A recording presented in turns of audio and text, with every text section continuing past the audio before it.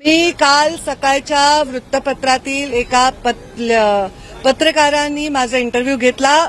त्यांनी मला याबद्दल प्रश्न विचारले आणि मी त्यांना सांगितलं याच्यावर मी उत्तर देणार नाही, कारण प्रश्नच मान्य नसल्यामुळे उत्तर द्यायचा संबंधच येत नाही.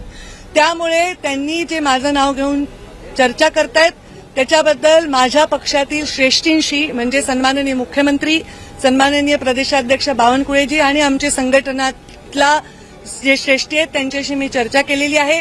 ज्या विषयामध्ये कुठलाही संबंध नसताना माझ्या नावाचा उल्लेख करणं किंवा कुठल्याही टिप्पणी करणं वैयक्तिक पद्धतीने हे त्यांनी करणं अपेक्षित नाही आणि त्यांनी ते करू नये. पक्षाच्या भूमिकांना ठेच पोचू नये म्हणून मी गेले 4-5 महिने नागपूर अधिवेशनापासून ते आतापर्यंत गप्प बसले. पण मी आता पक्षश्रेष्ठींना विनंती केली आहे की त्यांना समज द्यावी. असंच मी त्या पत्रकारांनाही बोलले. त्यांनी अशी हेडिंग दिली की पक्षश्रेष्ठींनी समज द्यावी. मी असं नाही म्हणले, मी म्हणले पक्षश्रेष्ठींना मी विनंती केली आहे की समज द्यावी. असं आहे. हिंदी का विषय नाही है. हिंदी का विषय निवडणूक झाली विधानसभेची, त्यामध्ये तुम्ही सुद्धा पक्षविरोधी भूमिका घेतलेली आहे.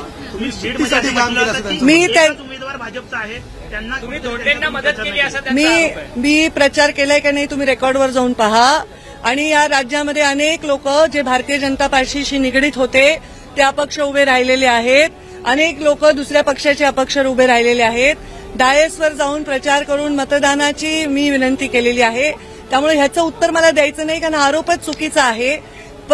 जर प्रचार करताना हा आरोप करायचा होता जाहीर सभेमध्ये, त्यांनी प्रचार करताना तर माझ्याशिवाय कुठल्या नेत्याचं नाव देखील घेतलं नाही या राज्यात. आणि त्यामुळे निवडणूक निकाल लागल्या त्यांनी हा आरोप करणं हे पूर्णतः निवडून आलाय जो व्यक्ती 75,000 मतांनी निवडून आलाय त्याचं मी काम नाही केलं तर ते शक्य होईल का हे थोडी आपण आत्मपरीक्षण करा. उलट मला लोकसभेला जेवढी लीड मागच्या वेळी होती त्याच्यापेक्षा अर्ध्यापेक्षाही ती कमी झालेली आहे. मग त्यांनी माझं काम केलं नाही असं तर मी कधी जाहीर वाच्यता केली नाही. अनेक लोकांनी माझं काम केलं नाही, पण त्या परिस्थितीला अडचणीला मी बागे टाकलं आणि पक्षाच्या कामाला लागले. त्यांनी अशा भूमिका जाहीर मागणं हे आमच्या पक्षाच्या श्रेष्ठींना मान्य होणार नाही, पक्षाच्या शिस्तीला मान्य होणार नाही. त्यांनी निवडून आलेल्या त्याच गुलालात माझ्याविषयी बोलले. पण आज आमचा निकाल कधी लागलाय? ऑक्टोबरमध्ये कधी लागलाय? 23 नोव्हेंबर पासून आज 12 मार्चपर्यंत मी या विषयावर कधीही भाष्य करायचं टाळलं, कारण माझ्या पक्षाला त्याच्यामुळे पीडा होते. तो वाद पक्षाचा समोर येऊ नये म्हणून. आणि पक्षश्रेष्ठींना मी विनंती केलेली आहे की त्यांनी समज द्यावी.